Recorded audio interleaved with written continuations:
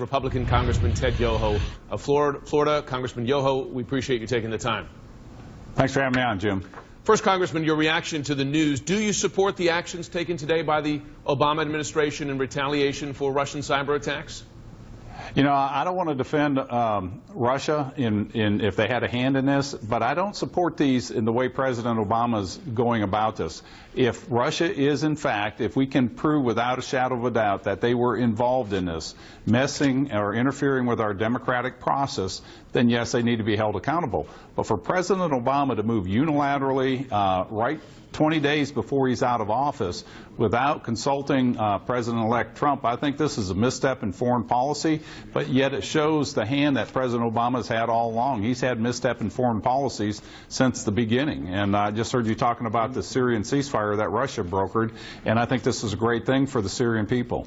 Let me ask you this, because I noted the if in your premise there, if Russia is determined to be responsible. The fact is, there is a large bipartisan belief that Russia is behind the attack, setting aside that the U.S. intelligence community has already announced that publicly. But you had the Speaker, Paul Ryan, Republican Speaker Paul Ryan, saying today that these sanctions were appropriate and overdue.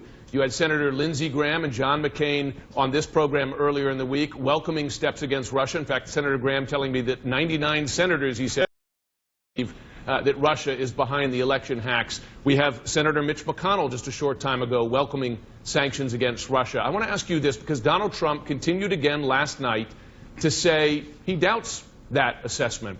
What evidence does Donald Trump have that that consensus is wrong? That's a good question, and I don't know. You'd have to talk to Mr. Trump straightforward. But you said if. The October 17th what doubts then do you have? If you say if it's determined Russia's behind it, do you have doubts? And why do you have doubts that others do not? Because the October 17th report that came out said there was conjecture. The report that came out now said there's conclusive reports or information that some of the techniques were used and linked back to Russian operatives. But those are fingerprints that could be hacked and taken from somebody else and put into play. We don't know if Russia is 100% behind this. I'm not thoroughly convinced. I haven't read the final report. I've read a summary of it.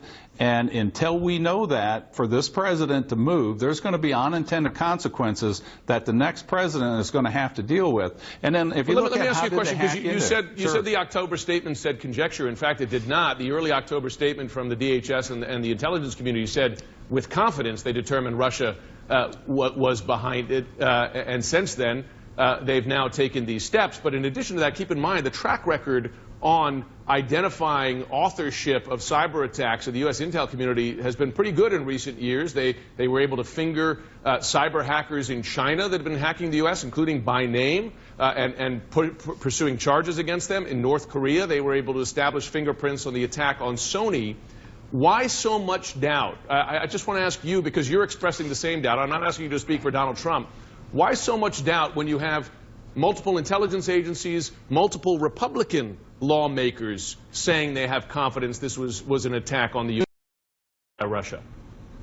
Well, I think it goes back to the report I read today, and it was referencing the one from October, and it says conjectures. It said confident. It said confident assessment of the U.S. intelligence community. Well, I'm telling you, the one I read said conjectures, and it didn't have it underlined, but I read it several times.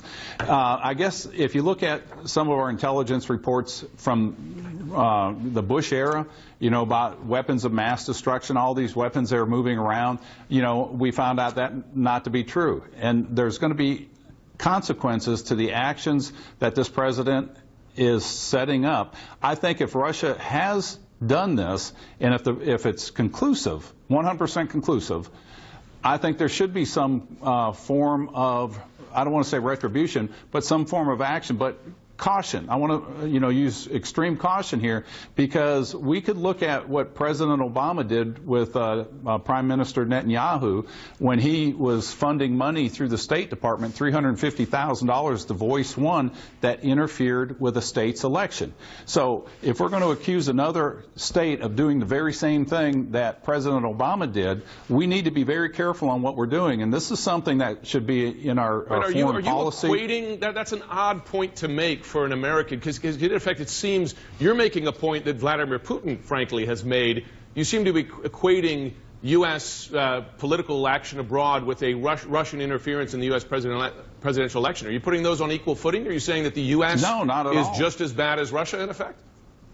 I think that we need to be held accountable for when we interfering, and this goes back to George Washington when he said, "Don't interfere or entangle yourself with other nations. You know, stay on a trade basis." But isn't your job as a member of the House Foreign Affairs Committee to hold foreign nations, particularly adversaries, accountable for interference in our election? Or are you saying your job is America accountable for operations abroad? What is your responsibility? Well, my responsibility is to make sure that, number one, our foreign policy has a good direction and a definition, which it doesn't right now. It's like a broken compass. But we also need to make sure, being a legislator in the United States Congress, we need to make sure that we ourselves set a good example and we follow that. Because if we're not following the example that we think is good, that we ought to, how do we expect somebody else to do anything different? It's the same thing growing up and teaching your kids the way to go, you know.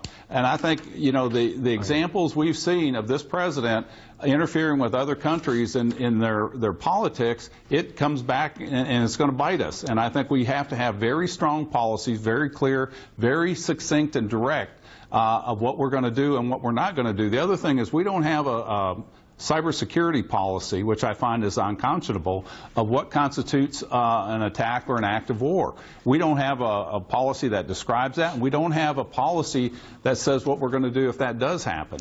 And this is something this administration has had 8 years to deal with, and they have failed to do it. And I look forward to Donald Trump coming in here and straightening this out.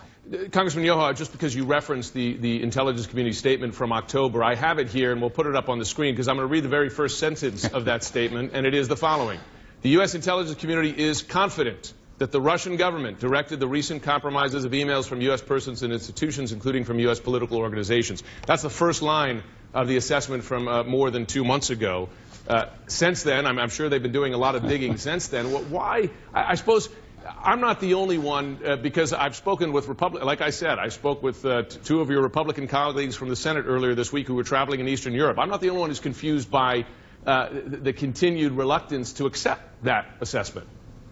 Well, you got me at a disadvantage because I got my but I can't access it, because I read that too, where it said confident, but then later on in the report it said some of these were conjectures of who was behind us, but I don't want to get into that. I just want to make sure that if we're going to accuse somebody, you better be willing to back it up. And you better be factual when you come out with this statement, because, again, the consequences that we're going to have long term, all you have to do is look at the Afghan and Iraqi war that started back in 2002 that we're still fighting, and the unintended consequences that this nation will pay for a misstep are too grave to not get it right. And that's what I'm saying is, let's get the information, let's be factual. And if President Obama is 100% sure in this, I would have thought he would have had the maturity, the foresight to deal with Donald Trump and bring him into the process, because he's the one that's got to ride this pony